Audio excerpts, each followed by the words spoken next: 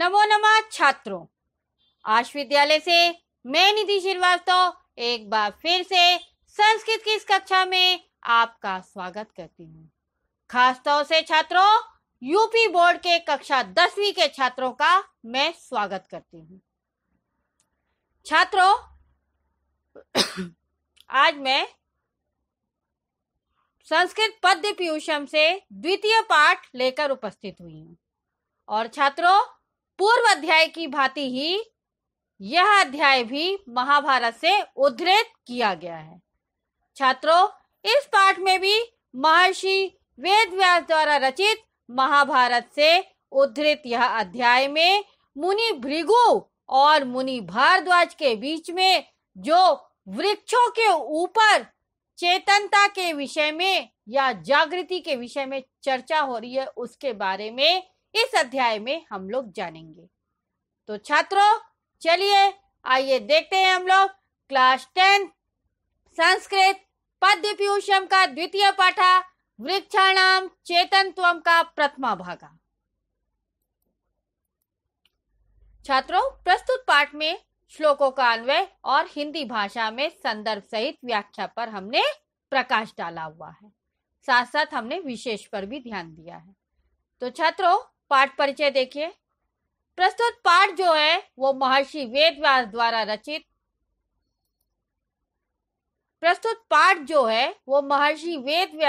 रचित महाभारत से उद्धृत है।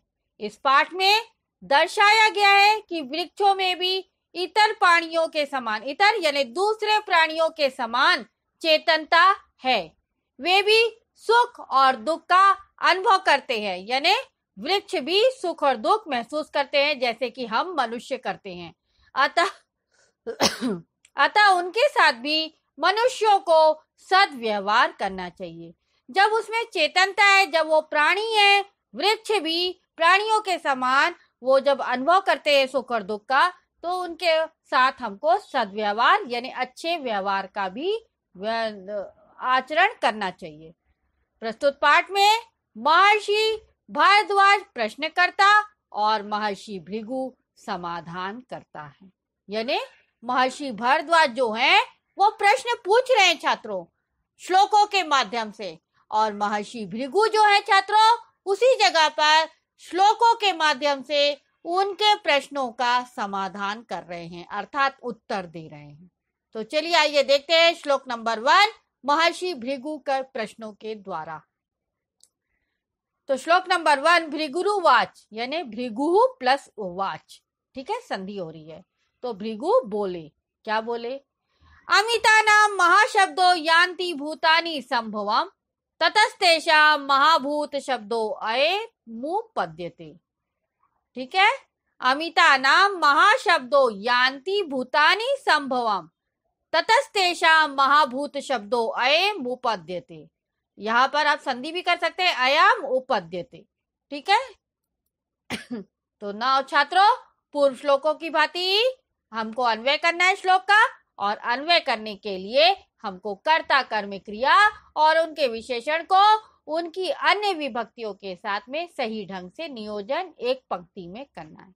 तो अन्वय देखिए, अमिता नाम कृते महाशब्दा प्रयुज्यते तेभ्यः भूतानि संभवम यान्ति ततः तेषां कृते अयम महाभूतः शब्दः उपपद्यते। ठीक है छात्रों, अब जैसे कृते और प्रयुज्यते ये क्रिया वर्ड है, तो ये हम लोग अपने आप से प्रयोग कर रहे हैं, इसलिए इनको इन ब्रैकेट रखा गया है ना। संदर्भ देखिए छात्रों इस श्लोक का, आपको हर श्लोक में संदर्भ लिखना है। तो यहाँ पे इस श्लोक का संदर्भ देखिए कि प्रस्तुत श्लोक जो है वो महाभारत से संग्रहित संस्कृत साहित्य के पद्य पीयूषम के द्वितीय पाठा वृक्षाणाम चेतनत्वम से लिया गया है। और इस अवतरण में महर्षि भृगु जो है वो पंचभूतों की महत्ता का प्रतिपादन करते हैं। छात्रों, आप सभी को मालूम होगा कि 5 भूतों के द्वारा इस सृष्टि का निर्माण हुआ है। तो ये 5 भूत क्या है? अग्नि, आकाश, वायु और जल, है ना। तो इसी तरह से सूर्य, अग्नि, आकाश, जल, वायु, इस तरह से 5 जो महाभूत हैं उनके बारे में ही महर्षि भृगु ने बताया। तो व्याख्या देखिए छात्रों यहाँ पर इसकी कि अमिता नाम कृते, अमिता नाम कृते, अमिता नाम अर्थात असीमितों के लिए, यानी जिसकी कोई सीमा नहीं है, ठीक है। महाशब्दा प्रयुज्यते, यानी असीमित पदार्थों के लिए हमेशा बड़ा, महा यानी बड़ा शब्दों का प्रयोग किया जाता है, ठीक है।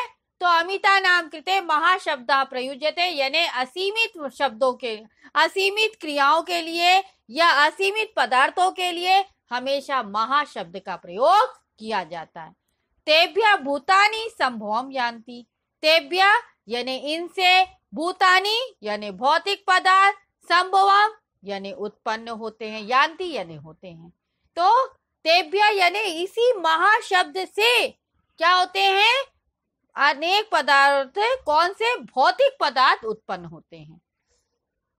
ततः तेषाम कृते, तथा यानी तो या इस कारण से, तेषाम कृते यानी इसके लिए, अयम महाभूतः यानी यह महाभूता यानी पदार्थों के लिए, यह पदार्थों के लिए या ये पदार्थों के लिए महाभूतः शब्द उपद्यते, यानी महाभूत शब्द का प्रयोग किया जाता है, ठीक है। तो वो क्या कह रहे हैं कि असीमित शब्दों के लिए बड़े शब्द का यानी महाशब्द का प्रयोग किया जाता है और उनसे ही भौतिक पदार्थ उत्पन्न होते हैं। इसलिए या इस कारण से इन पदार्थों के लिए हम क्या करते हैं, महाभूत शब्द की उत्पत्ति करते हैं। तो छात्रों व्याख्या को लिखा हुआ देख लीजिए कि असीमित पदार्थों के लिए महाशब्द का प्रयोग होता है, इनसे ही भौतिक पदार्थ उत्पन्न होते हैं। इस कारण से इन पदार्थों के लिए महाभूत शब्द का प्रयोग उपयुक्त अर्थात सही लगता है। नौ विशेष है कि पृथ्वी, जल, अग्नि, वायु एवं आकाश, ये 5 महाभूत जो हैं, ये 5 महाभूत माने गए हैं और असीमितों के लिए महाशब्द का प्रयोग किया गया। महा यानी संस्कृत में महान या बड़ा दोनों शब्दों से लिया जाता है। नौ छात्रों श्लोक नंबर 2, भृगुरुवाच, फिर से भृगु जी बोल रहे हैं। चेष्टा वायु खमाकाश मुष्पाग्नि, खमाकाश मुष्पाग्नि सलिलम द्रवः, पृथ्वी चात्र संघाता शरीरम पांच भौतिकम, अर्थात चेष्टा वायु खमाकाश मुष्पाग्नि सलिलम द्रवा पृथ्वी चात्र संघाता शरीरम पांच भौतिकम, ठीक है। तो उन्होंने बताया कि 5 भौतिक या भौतिक पदार्थ कहाँ से उत्पन्न होते हैं। सॉरी छात्रों। तो छात्रों अन्वय करने के लिए फिर से हमको वही कर्ता कर्म क्रिया और इनके विशेषण को उनकी अन्य विभक्तियों के साथ एक पंक्ति में नियोजन करने के लिए हमको अन्वय करना है। तो इस श्लोक का अन्वय देखिए। अत्र चेष्टा वायु अस्ति, खम आकाशम अस्ति, उष्मा अग्नि अस्ति, द्रव सलिलम अस्ति, संघाता पृथ्वी च अस्ति, एवं शरीरम 5 भौतिकम अस्ति, ठीक है छात्रों। तो वो बता रहे हैं कि अत्र चेष्टा जो है वो वायु अस्ति है और खम जो है वो आकाश है, उष्मा जो है वो अग्नि है और द्रव सलिलम है, संघाता पृथ्वी च अस्ति एवं शरीर 5 भौतिकम अस्ति। तो छात्रों प्रस्तुत श्लोक का संदर्भ भी यही है कि प्रस्तुत श्लोक में महाभारत से संग्रहित संस्कृत साहित्य के पद्यपीयूषम के द्वितीय पाठा वृक्षाणाम चेतनत्वं से लिया गया है और इस अवतरण में महर्षि भृगु जो है पंचभूतों की महत्ता यानी महानता के विषय में या विशेषता के विषय में बता रहे हैं।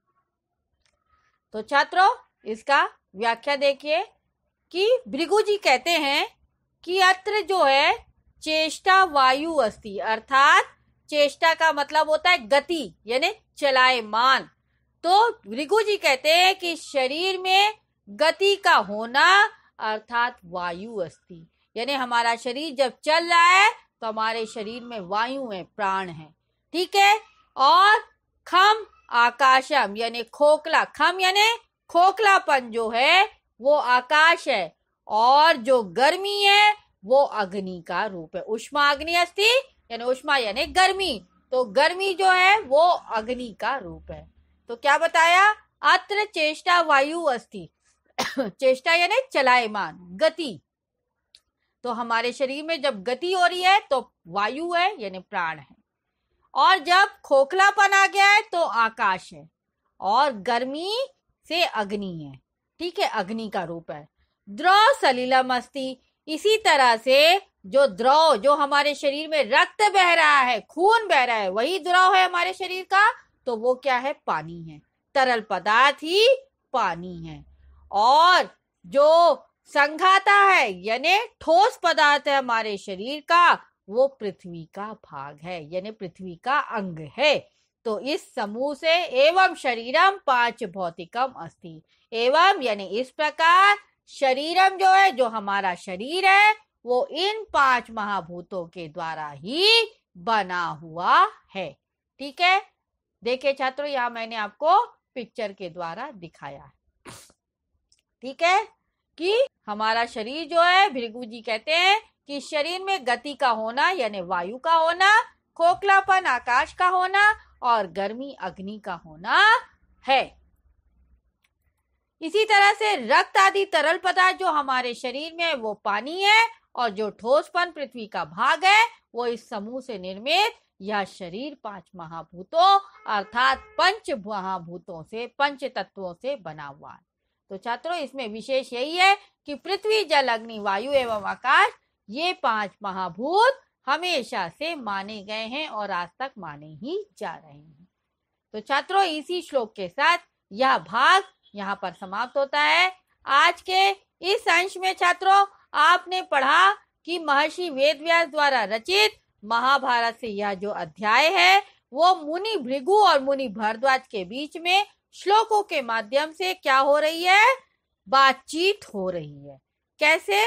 प्रश्न करता कौन है? भृगु जी, और उत्तर देता कौन है? भारद्वाज जी। ठीक है। तो इस अंश में महर्षि भृगु द्वारा दो श्लोक बताए गए, और दोनों में यही बताया गया कि यह जो शरीर है, ये पांच महाभूतों से बना है, और ये पांच महाभूत कौन कौन से हैं?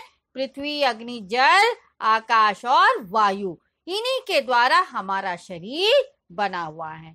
पृथ्वी ठोसपन है, खम खोखलापन है, खम यानी आकाश जो है वो खोखलापन को निर्धारित करता है, रक्त जो है वो पानी को निर्धारित करता है, गर्मी अग्नि को निर्धारित करती है, और गति वायु को निर्धारित करती है।